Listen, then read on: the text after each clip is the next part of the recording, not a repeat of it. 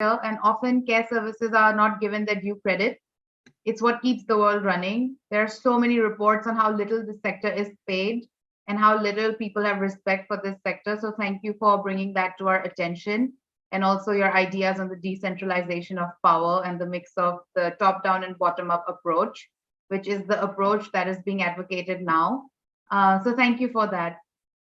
Our next speaker for this topic is Mrs. Valerie Thijs. She is a communication specialist and TV host in Belgium. She is not here with us in person today, but she has sent in a video message for all of us, and we will be putting that on shortly. Thank you for giving me the opportunity to talk about women empowerment and resilience during this global COVID crisis. First of all, I want to emphasize the importance of giving women a chance to find their voice, their purpose, and their mission. 20 years ago, I discovered that being a spokesperson for women empowerment in my industry was really challenging. Working in media made me realize that lots of women were not perceived as ambitious and purpose-driven. Maybe the female journalists were the exception. The beauty queen or the housewife myth was still very much present. I wasn't quite the vocal person I am right now. I didn't fit the perfect image of a TV host, presenter they wanted in Belgium, blonde and blue eyes. I was always the different one, the black one. They questioned my ability to speak foreign languages, they questioned my intelligence, etc. Even with 3 degrees and being raised as a native trilingual, I had always to fight to be recognized for my talents and abilities. And this was really exhausting. I was asked to become a weather host on national TV by luck in 2009 and trained to be one. I worked in the industry for 11 years full-time, but even with my experience, some people kept saying that I was not a real meteorologist or weather host since I lacked a formal scientific degree. I cried a lot for being treated in an unfair way. But anyway, I persevered. And every year things went better. My business grew, my mindset changed, and I grew also.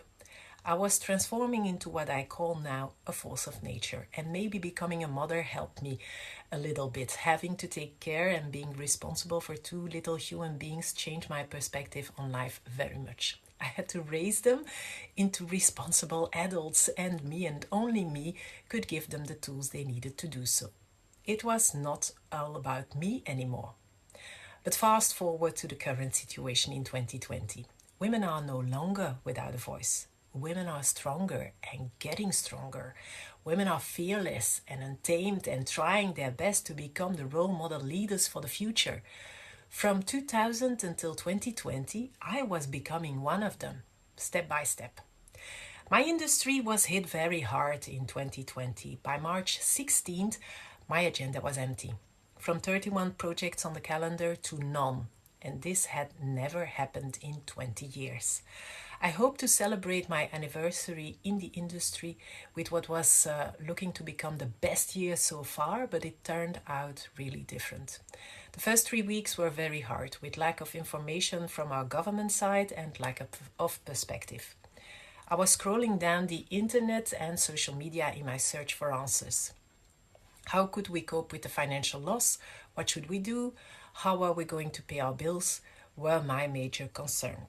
The negativity around Facebook and Twitter was so tangible that at one point in April, I was really upset by a comment made by the father of my daughter's friend, and I decided to do something about it. Normally, when business owners have no income, they don't get a financial aid from our government. But the COVID crisis was force majeure, and the government allocated a monthly replacement salary to all business owners who couldn't work any longer. Of course, someone would eventually have to pay and will eventually have to pay this bill in the future. A father of the little girl, my daughter's friend, who works as an employee, said it was not his responsibility to pay for my wages with his taxes. Business owners shouldn't be helped, he said. It was their choice to be independent and they should have saved up enough to go without help from the government. I was really flabbergasted. Where was the empathy, the solidarity, the friendship? After paying taxes for 20 years, never one sick day, and running different businesses with employees, I faced this kind of remark. I was angry and upset. Being not the only one to be in this position, I decided to ask others how they coped with the situation now their businesses had shut down. The idea grew to do what I do best, interview people twice a week and see how the COVID crisis did affect them. And by the end of April, my first show was online on Facebook and LinkedIn. Twice a week, I interviewed entrepreneurs. And my goal was to show the face of 40 entrepreneurs hit by COVID, and the show Wondernemers was born. Miracle entrepreneurs, if you translate it from Dutch. Those who found the strength to go on despite the doom of COVID. Those who performed miracles and pivoted their businesses. Doing this was also a commitment to myself in the first place, because it was lots of work, preparation, dedication, and showing up twice a week were absolutely needed. In the meantime, the first digital events started taking place. With my experience working in TV and radio, I was being asked to host and present digital shows and events. My schedule was still not full, and with the leftover time, I discovered EDX, a platform created by Harvard and MIT where you can enroll almost free courses. You can pay if you want to have a certificate. I always wanted to specialize myself in sustainability as a former weather host, but always lacked time. And since COVID forced me to take some time off, I enrolled different courses at Wageningen University, Harvard, and the Technical University of Delft. I kept on going, combining the little work I was allowed to do under very strict corona-proof regulations. I went on with my bi-weekly show and studying really hard to earn a degree in sustainability. And it was a success. By August 2020, my agenda was 30% full. By December, 50%. By January 2021, 110%. I had 3 days off, and often I was running 2 or 3 events per day for clients who all discovered the power of digital events to stay connected with their employees, customers, and the world. Communication in the virtual world is a booming business. And since a digital event is not just an event with a camera, my personal experience as a TV presenter came in very handy. February was and March is equally full, and I think this way of working is here to stay for a while. Connecting the whole world in this way is more sustainable than having people flying in from all over the world just for a keynote or a presentation. Look at us today. I pivoted my business in just 4 months. COVID impacted my business in a positive way, but only because I choose to be out there, to show myself, to lead. People often ask me, how did you do that? I just say, I did something I love. Talking to people, interviewing them, and to share this on social media, LinkedIn for the most part. The buzz spread by itself, and that's how people saw what I could do and what I was good at. That's what they needed to help their businesses. And that's why now I have to refuse some jobs, because I lack the time to do all of them and gladly connect customers with other colleagues, presenters. If I had chosen to crawl under a blanket and disappear because of the hit our industry took in March last year, I would probably not be here to share my story with you all today. The best advice I can give you, first of all, is to show up every time again until someone else notices. If they do, others will do. I did that by sharing my mission, passion, and vision on LinkedIn. 2. Keep a positive mindset. Pain and misfortune are always temporary. This too will pass. Find something you love and become better and better at it. Share it, show it, and linked with a positive mindset too. 3. See opportunities when they come on your path. Be open to them, seize them. Sometimes it's just a tiny window, but take the risk and jump. And sometimes you win and sometimes you lose, but that's okay to fail. That's life. Get up and move on to the next opportunity. 2020 showed me the most important lesson of all. Be humble and be a leader. That's my advice, my last advice. I ran headfirst into the unknown.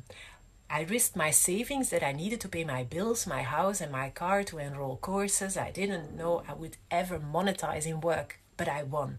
I learned that to be a leader, I would have to be able to sacrifice what is mine to save what was ours, my business, my family, my house. Lead by example and don't be mistaken. Leading is hard work. You will not do less, you will do more. Leading takes time and energy, and it is always committed to other people. Let us all be the leaders we wish we had.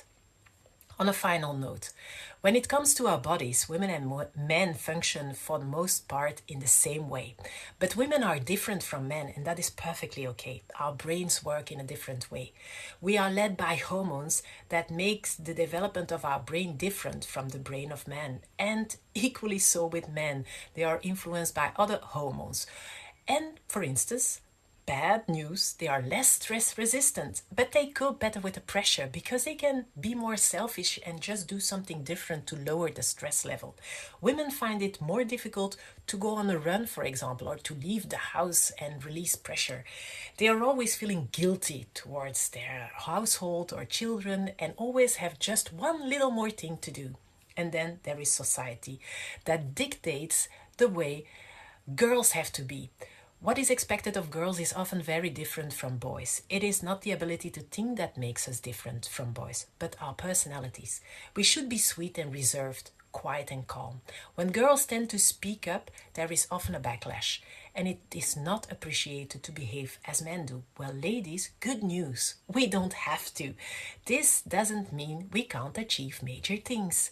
Society needs to change. I was able to pivot my business and dedicate the right amount of time to recovering from this crisis because I got help. My husband helped with the children, with our household, so I could allocate enough time to grow my business. Because I knew that if I had the time and the dedication, I could make it work. And I did. Yes, we can do it like women and still be assertive and strong without being called a bitch. Let's embrace the differences and pave the way for a more equal society. But we need help. We need to tell women that having babies doesn't necessarily mean that you need to stop your career. You can still contribute to the workforce. You can still work and have a career. We just need to change the way we organize our work. We need to expect men to contribute more to family time. We need to change businesses in a way that we can give women the flexibility to run their businesses, to have a career, and be still able to have a family at the same time. This is good for them and an example for future generations. The future has great opportunities in store for those who are willing to see, to make the effort and dedicate the time and the heart into it. My name is Valérie Thijs. I am a woman, a mother, a daughter, and a proud role model. No matter what you do in life, you can be someone. You can do something. Follow your passion, your purpose, and you will be guided into becoming a better version of yourself. Be a leader. Lots of brave and bold women have used their voices to inspire change and transform their lives and those of others. Be brave. Be bold. And if you want to reach out to me via LinkedIn, don't hesitate. Good luck.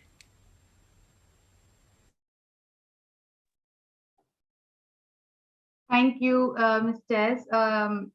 You are right in pointing out the media stereotypes of women that have actually been perpetuated by centuries old ideas of what a woman should be. And the media, being a shaper of public opinion, can often be complicit in perpetuating these stereotypes as well. We are so happy to see that you entered the system and have persevered to make a much needed change from inside the framework, which I'm sure takes a lot more courage.